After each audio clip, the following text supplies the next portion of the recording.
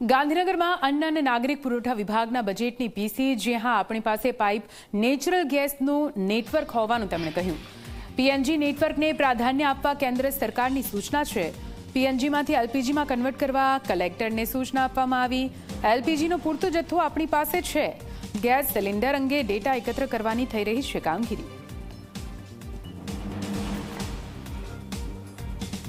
કેન્દ્ર સરકારે પણ આપણને એવી સૂચના આપી છે કે જ્યાં જ્યાં પીએનજીનું નેટવર્ક છે, જ્યાં સિટી ગેસ ડિસ્ટ્રીબ્યુશનનું નેટવર્ક છે, ત્યાં આગળ પ્રથમ પ્રાધાન્ય આપણે પીએનજીને આપવાનું છે, કારણ કે પીએનજીનો પૂરતો જથ્થો ઉપલબ્ધ છે.